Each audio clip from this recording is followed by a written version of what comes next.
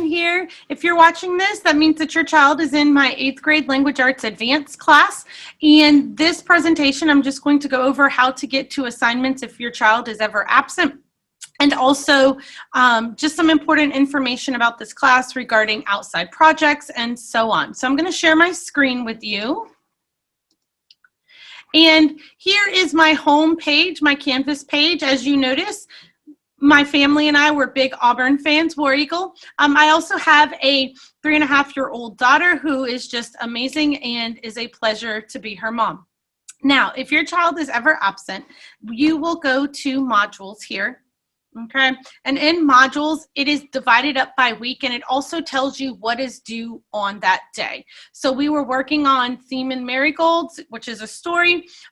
We were working on it Monday and Tuesday, so it was due Tuesday. If your student was absent and it says students at home, school will do it on paper, students at home, click this and do it. Also, on days that I feel like I'm teaching new information or that the students who are absent need to actually see a recording of it and not just follow an assignment, I will record it and also post it here and say Monday's class, but this isn't every day. Tuesday, which is today, I'm recording this on a Tuesday, we read the lottery in class, and then every day I will add what we are doing that day. I don't like to put a week in advance because sometimes I go a little slower than anticipated, or the kids need a little bit more time for writing. So I just update it daily. If your child is absent, please have them, again, look at this page, find the date. If your child is home and healthy, like quarantining, but they're healthy, they just can't be at school, have them log in and do it that day so that they aren't behind and have 6 classes worth of makeup work to do. All right. This is where you would find that. This is the biggest thing here. We do use class notebook in this class as well. So if bell work, which you can always see bell work that day. So for instance, today, the students had to go to their class notebook and continue with Tuesday's week 4 assignment. They will know what that means because everyone has been in the class notebook. So again, absences, please join this page. Some other things that I'd like to go over with you, just if you ever have any questions, please email me. Here is my email right here. I teach 6 classes. I don't have a planning period, so chances are I will not get your message if you leave a message in the office until the next morning, and I do my best to try and not call in the morning just in case it's for some reason that someone is upset or something. I don't want to get your day started off on the wrong foot, as well as mine. So I always wait until the afternoon to make phone calls. Remind. So I send a lot of messages through Remind. And if you are not signed up to the parent group, this is the code right here for the parent group.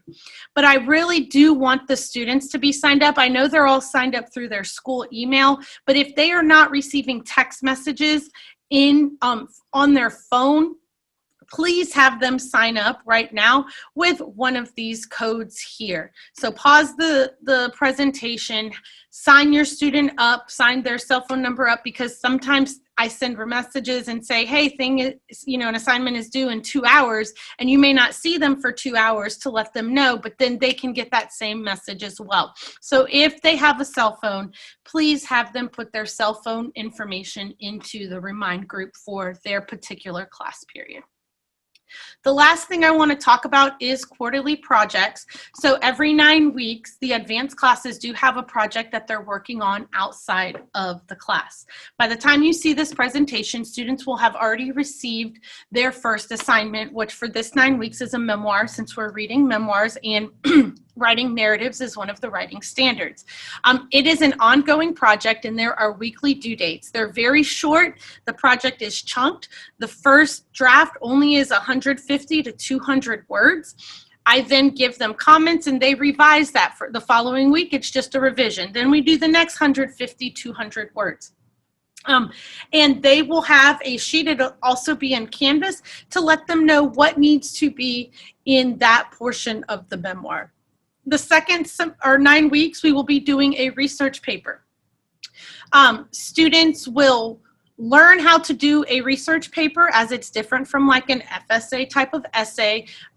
So they're going to learn a new style of writing that will be very helpful in high school and in college. And we use their history fair topic just because it will then make their history fair project a little easier. So students will learn how to do the paper in my class. They will do all of their research, so when it's time to do their project in their history class, they already have a bulk of their research completed.